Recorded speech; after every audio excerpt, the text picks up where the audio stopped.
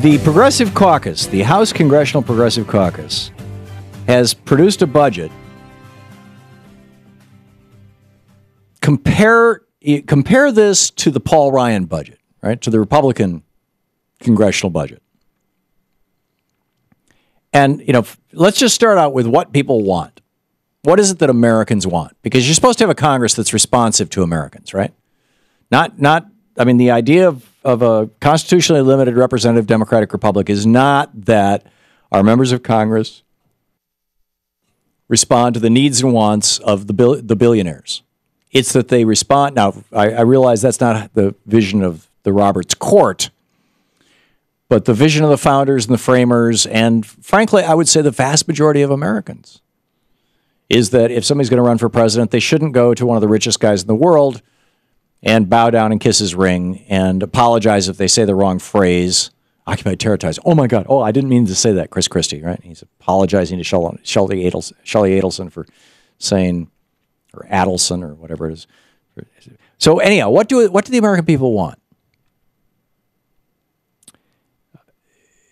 Number one and number one, the top two things that Americans want, 74% of Americans agree that the top priority of Congress should be creating jobs, even if that means the government has to step in and create jobs. Creating jobs, 74% of Americans, and expanding Medicaid. Now, you got almost 30 states where Republicans have said no to Medicaid, and I went off at some length last week about this young woman in Florida who died. I mean, literally died as a consequence of Rick Scott saying no to Medicaid. And I'm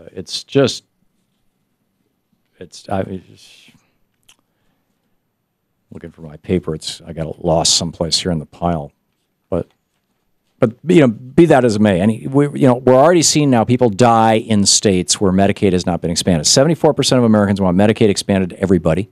So basically, the Medicaid expansion is not for the, quote, welfare queens, end quote, as characterized by Limbaugh and Reagan and Ryan and such. It's not for the people who are not working. People who are not working, disabled people, elderly people, injured people, and yeah, there's probably a small percentage of surfers or, lazy people in there.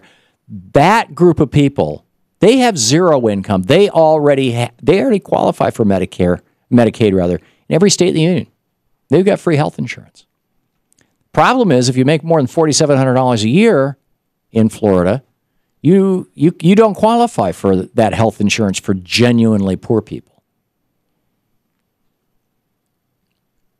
So Medicaid expansion only benefits people who are working and not making very much money.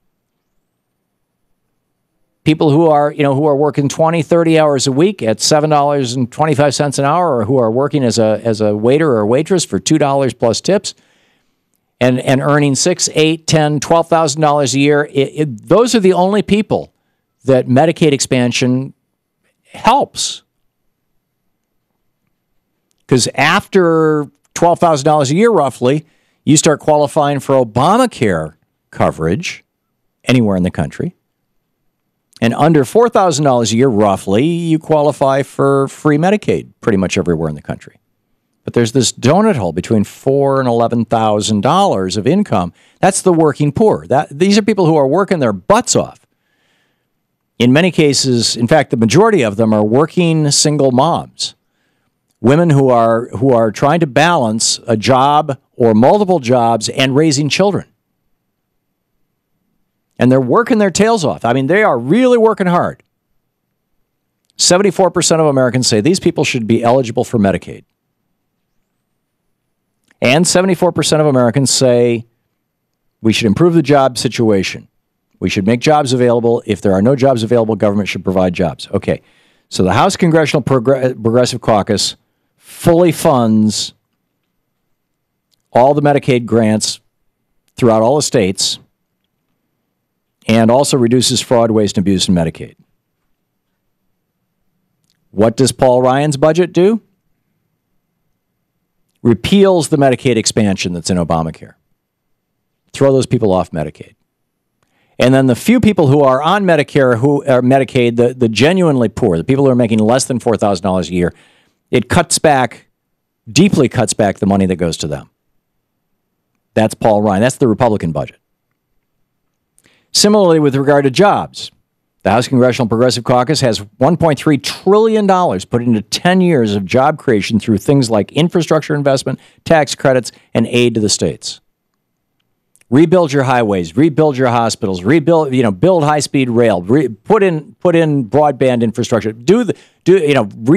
upgrade your sewers and your water system, do all these things. Put people to work. That's the House Congressional Progressive Caucus. That's their budget, the Democrats' budget. The Republicans' budget, the Paul Ryan budget, nothing. Bupkis. Zero. Not $1 for new job creation. That's 74%. Those are the top two priorities of Americans when you poll them.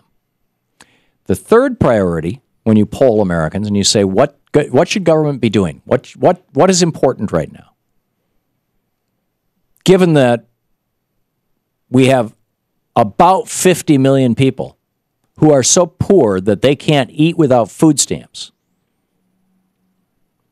70% of Americans say strengthen food stamps.